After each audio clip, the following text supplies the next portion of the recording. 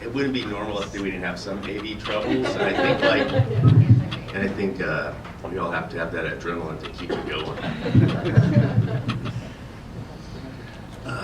How many were you here? Were here last year? Do you remember Jimmy crying like a baby?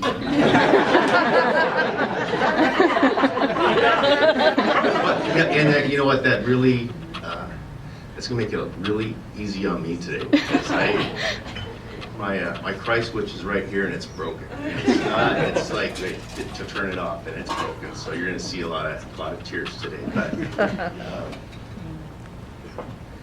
I guess, and I'll come back to this. I gotta thank this community for giving me a career that I can make a good home for my family, and that's probably the most important thing. This award is making me feel really old, and I wish we should create like a fund for when you get this award to get 2 weeks paid vacation, because by the time you get to this type of level, you're never going to take a vacation. You don't get to. It's just go away. Instead of saying thank you in the typical fashion, I'd like to quickly talk about the people that I've got a chance to work with and some of the small things I've learned from them. I'm probably gonna squeeze closer to 10 minutes or 12 minutes and 8. But the very first, I knew as a designer, the very first 5 minutes in my very first design class, and I knew I was gonna do the rest of my life. Because I had a really super great teacher. Her name was Terry Paquette, and we used to make T-shirts in our ovens at home. We used to put logos in pottery. We used to make little tiny flyers on the copiers and try to sell little skateboard comics and stuff. And she really was inspired me and told me I could do this for a living. Dan Boris also taught design classes at Truckee Meadows Communications. And he also gave me exactly what I needed. He said to me, "You're never going to be a designer."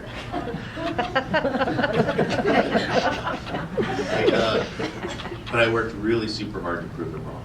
Okay, he really gave me that fire that I needed, because I was pissed off. I wanted to kill him. And I think if I could sum up everything that I've learned in one lesson about our business, desire is way more important than talent. I've worked with so many people that were very talented, and they're not here now. So if you don't think you're good enough and you're trying harder, that's all you need to do.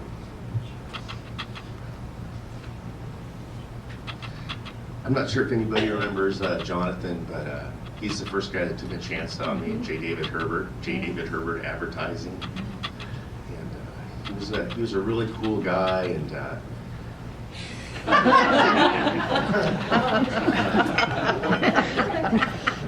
he was one of the first people that told me to stop working so hard. I don't know if a lot of you probably know Greg Mason. He was a really super great art director, still is, and I think he said some of these words some of these are not real quotes, they're made up stuff. And some of them are quotes. And I think this is a quote from Greg Mason.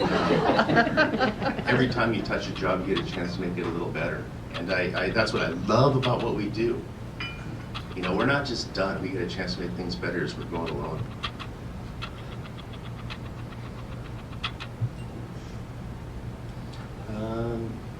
I got to work for Doyle McKenna for a little while back in the day, and Gene would bring in donuts on Fridays, and over the mic on Fridays you heard, "Gene's here, he's got donuts."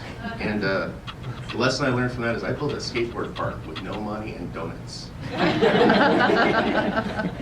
No kidding, we really did, and we built quite a few skateboard parks around here with no money and just donuts. Who remembers Craig Mitchell? Craig taught me it was okay to look at look at things like kids look at them. We'd go to lunch sometimes, and he got meatloaf, and he's like, "Oh, look at these baby carrots!" And he was so excited. And he is and was a great art director, and I learned that you didn't have to be so serious from Craig. Talked about, Dean really briefly. He's helped me out a couple times in my career, and one time he helped me out when things were not good. And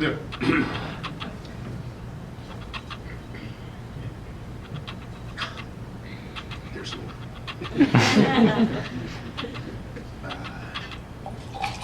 He got me a job at Circus, and I suspected I was going to make about $8 an hour at the time. And he brought me my name badge and it said art director. So, any of you guys see Dean, tell him he should have been here.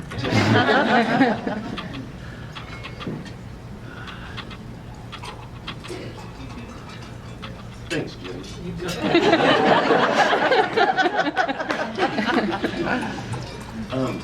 Stephanie Cruz used to give us textbooks way before it was cool to read stuff. And it taught me that it was okay to keep studying and keep learning. It wasn't dorky,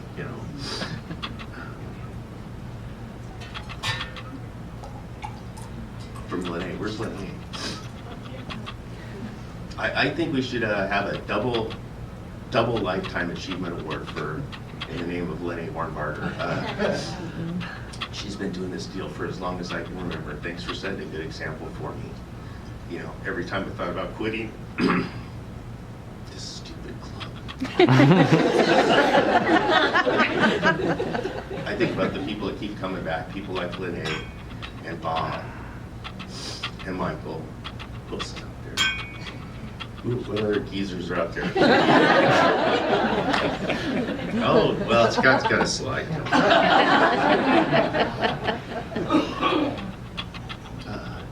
But thanks, Lena. You helped make this a really great place for all of us. Scott Mortimer. What's the most powerful creative weapon? Anybody want to take any chance guesses? Right.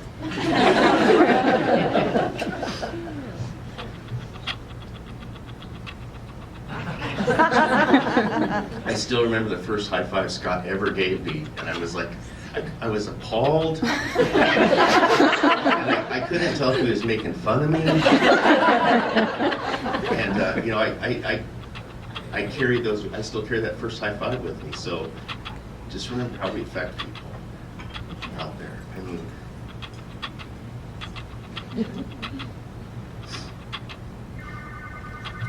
this is more serious stuff. Phil Rose noticed that I was working too hard and too focused on work, and one day he came up to me and put his hand on my shoulder and he said, "Sometimes you gotta eat dessert first." I don't know what that means. I think it means I'm supposed to eat dessert first. From Valerie, I learned that it takes two to tango. And I really thought, and even until, well, I've learned the difference, but I really thought diplomacy and empathy was a sign of weakness. And I've learned that it takes the strongest character to be that, the very strongest.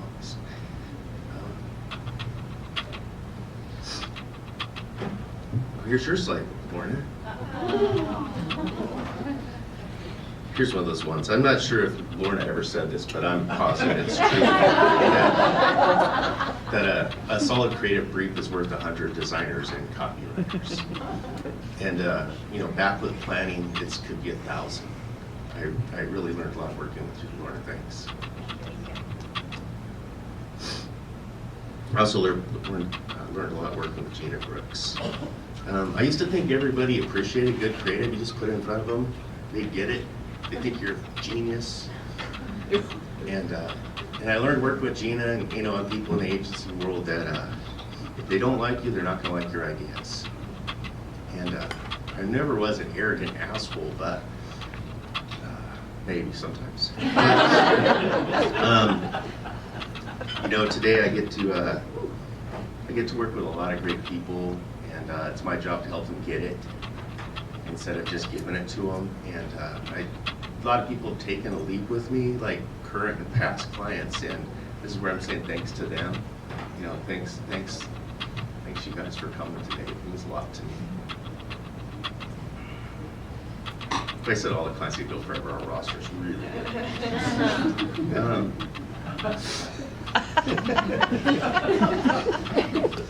You know, I suspect I wouldn't be here if I just went out to pasture 6 years ago, just got an in-house job, or I've seen about starting a frozen yogurt stand. That was kind of like the plan, and you know, and I wouldn't be here if it wasn't for, whoops, don't go. But one of the big things that's been keeping Stan Can going over the last few years is Kelly Wallace. And I couldn't have done it without her for sure. And she's reminded me just by example to eat well and play hard.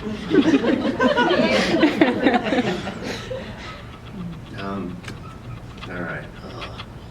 You're asking me. I was a little disheartened this year when the National Student Advertising Competition kept bagging on advertising, saying nobody likes advertising, nobody wants to hear it. Our generation wants nothing to do with advertising, and that was one of the main impetus for their strategy. You know, and I'd like to choose them off and say, you know, maybe they haven't been to any Super Bowl parties, or maybe they haven't seen enough great work lately, but that kind of I don't think that's going to cut it in the future. And I think the most important and the most valuable and the coolest thing we do is make great creative when we're doing our work. And you know, some people still love this business, and that's where I think Brian, it's really been a high spot in our shop of having somebody that loves the business in our studio, somebody that can write. And so thanks, Brian. Libby, you'll get a slide next year.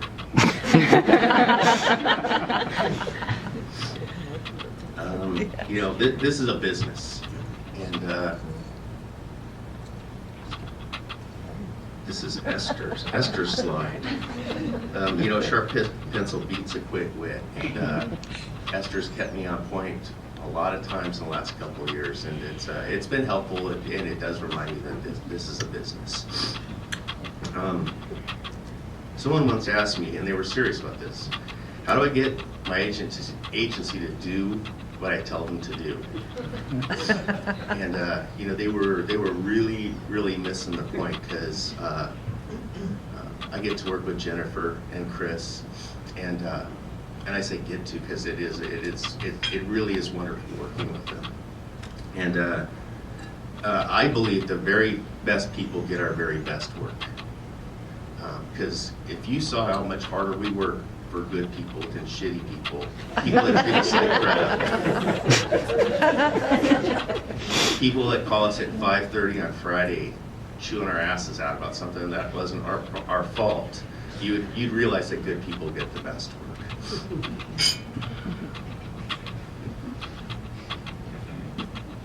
And then Chris Baum, I learned that, you know, the best form of salesmanship is a firm handshake. He's just a really good guy. I really enjoy working with you, Chris, and you've really helped us do really great work over the last few years. We're getting towards the end here, sort of. You know, here's the button thing. James. James has been a great friend to me, and I think he knows me differently than anybody else in this room. He really understands me. And the best we can ever be is human. And probably like all of us, I've struggled with the things that I think are shitty about me, and he's figured out how to turn them into good things. You know, I'm an egomaniac with the inferiority complex. And somehow, James and I have figured out how to turn that into a good thing for our clients. You know, my constant need for attention and approval, I just do it for my clients now. And you know, I used to feel really bad about that, but now it's a good thing.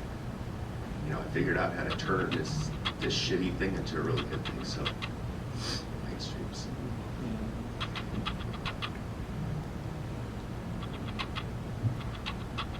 Here's a happy one. You know, even in the middle of tough problems, Johanna's taught me that love and gratitude can be a part of everyday business.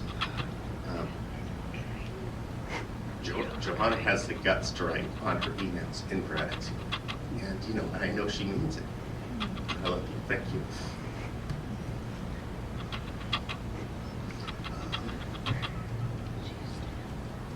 You know, with Fred, I'm so amazed. You know, years of us getting beat up in this business, trying to do wonderful stuff for people, we maybe tend to reel back and not shoot for the moon and do wonderful stuff. But every single time I've done something for Fred, he always picks the best thing. He always sees way beyond that stuff, and then I go, God, I should have tried just a little bit harder. I could have done something even cooler for him. So thanks, Fred. It really, truly has helped having somebody take the silly stuff sometimes. On a more serious note, I think one of the cornerstones of my creative philosophy of the last 10 years has been I learned from Bill Martin at State Bank. He said, "Never belittle the competition to make me look better." He rejected quite a stack of work that day.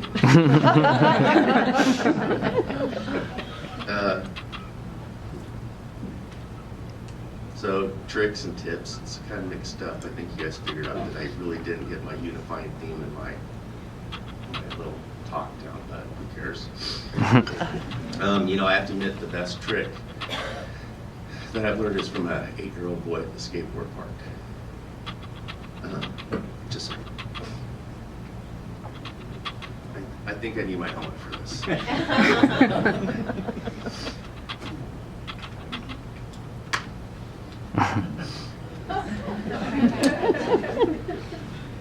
Kids play a game called Skate, similar to horse. And the idea is you go up and do a trick, the kid rolls up, tries to copy it. If he can't make it, he gets a letter. So one day over at Idlewild Skateboard Park, which I got to work on, a little kid challenges me to a game of skate. He looks up at me, and he's got sunburnt cheeks and freckles, and I could be, you know, it's just the archetypal perfect little skateboard kid. So we start playing skate a little bit, and about halfway through, I could tell he's getting a little nervous because I'm kind of winning.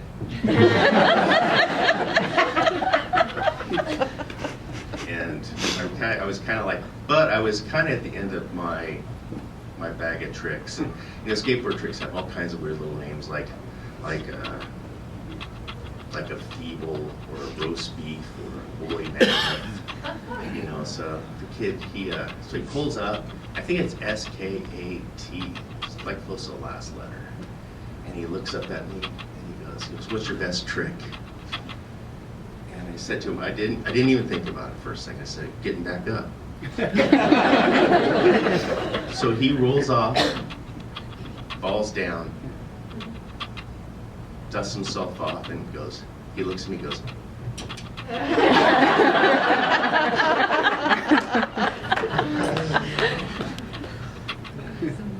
so we're at danger now.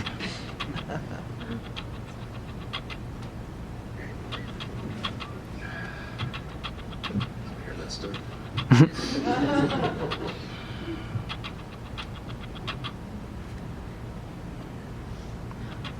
It's thinking. So what's the worst trick? I think we've all been kind of tricked into thinking work is the most important thing. It's super important. You know, I started out there, work's giving me a nice life that I can share with my family, but I think we get tricked a lot.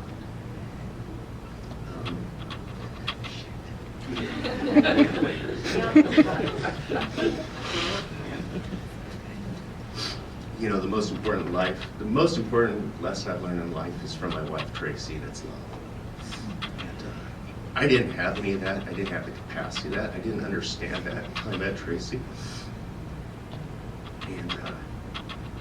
And just like in a word of advice to everybody out there, if you have to there's some sort of rush proposal that you're been given, and you have to choose between finishing up this proposal for somebody that you don't really know too much, and it's a rush, and it's a Thursday, and they need it by 5 or something, don't do it.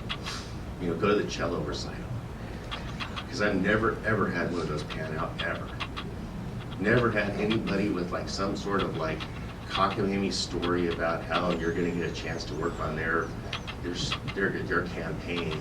But it's always a rush, and it's always ill thought of, and it's just not thought out.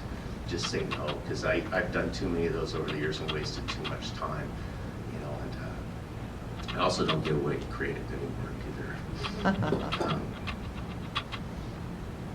So I think that the trick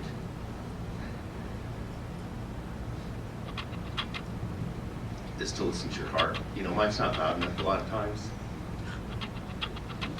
and it's not always strong enough to say no and those other things I need to do. I wanna watch you above the world so high, bubbling along like a in the sky.